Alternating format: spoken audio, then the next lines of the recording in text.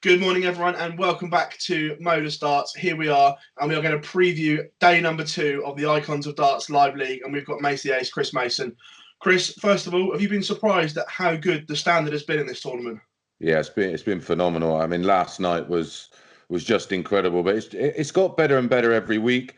You know, there was a lot of testing that went on beforehand, and it took the players a few days to get used to playing in a very alien environment, especially, you know, not so much the practice, but actually competing in that environment is totally different to anything they would have experienced. But wow, Kyle McKinstry last night and David Evans, who of course has played for the last couple of weeks, were outstanding. And of course, Wolfie does what he does at 63 years young and still playing darts of an insane level. And Fallon Sherritt, well, we were just having a brief chat.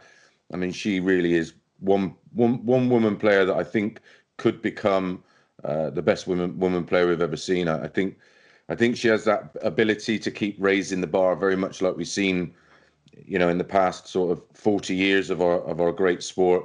You know, Eric was the first one, then Bob Anderson came along, and then Eric caught up, and then we had Phill, and then he evolved and got better as everyone else did. And then, of course, now it's been the era of MVG, who's, you know, tried to take it up another notch. It's so exciting. First of all, 5 players competing today. If you had 20 pence, where would you be putting it from Ed House, Monk, Justicia, Cole and Keelan Kay for the daily prize? Yeah, I think I was impressed with Ed House's performances when he appeared in the Icons of Darts Live League. But Aaron Monk also, I mean, he produced the 9-darter last Wednesday. It'd be interesting to see how he comes back into it after a good few days rest. But I was impressed with, I know Justin Smith's not playing today, but I was impressed with him yesterday. Jarrod Cole's an exciting young player, of course, and I don't think we've seen the best of Keelan Kay yesterday. So I'd probably just about side with Ed House, but maybe between him and Monk. Speaking of him and Monk, they play first. They kick us off at 11 o'clock. Well timed. Anyone think we'd scripted this? Yeah. Anybody think we know what we're doing, mate? This game, this could grace any stage in World Darts, this game, couldn't it? Because both of them are great talents. Aaron, we all know the ability that he possesses, hasn't shown it on a big stage for a few years. But Ed House last year on the Challenge Tour in particular, really impressed.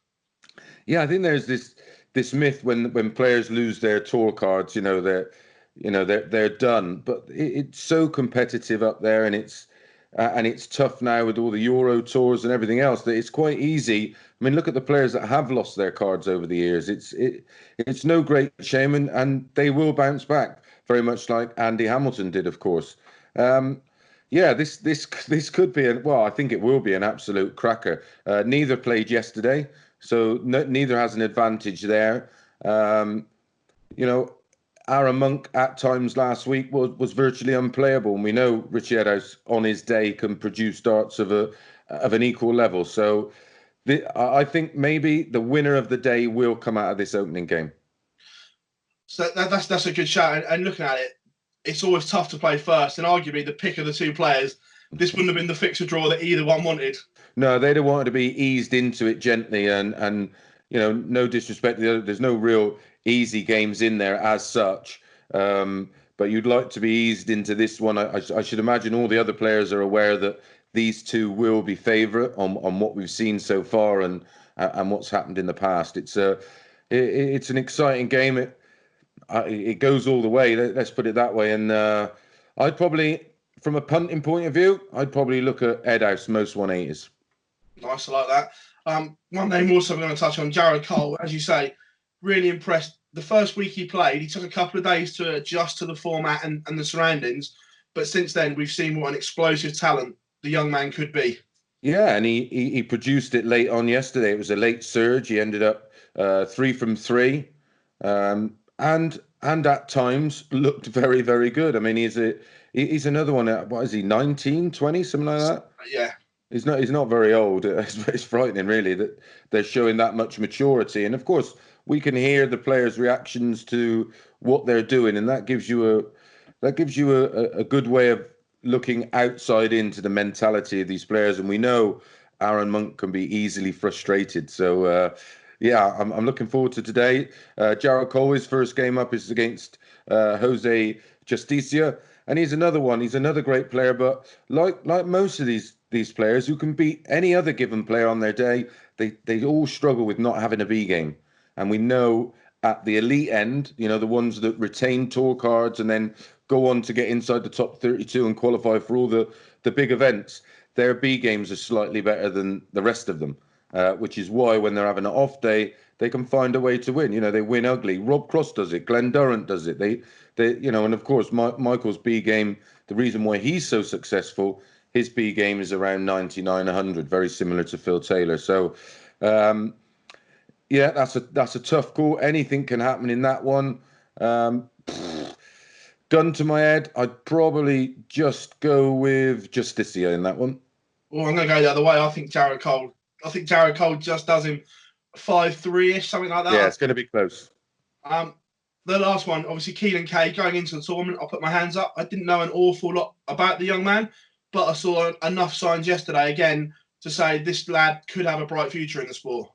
Yeah, won the BDO World Cup Youth title, didn't he? About a year ago, I think it was, maybe two. Not off the top of my head, I can't really remember. Yeah, he's another one. I mean, there's so many of these youngsters. They throw with such freedom. They're fearless, and that's always hard to play against because once you become an established player, you almost slip into the trap of being affected by what your opponent does. These kids don't seem to do that, and I think Richie will win that game, but I think Keelan will have his moments. Yeah, no, definitely. And again, obviously we're privy because we hear the players warming up, and it's amazing how seriously they are taking this. That it could just be gone, oh, it's a game of darts, it's an exhibition, but it's not. They're all taking this deadly seriously. Well, last week I did more of the day sessions. Of course, start at 11 o'clock, dartshop.tv.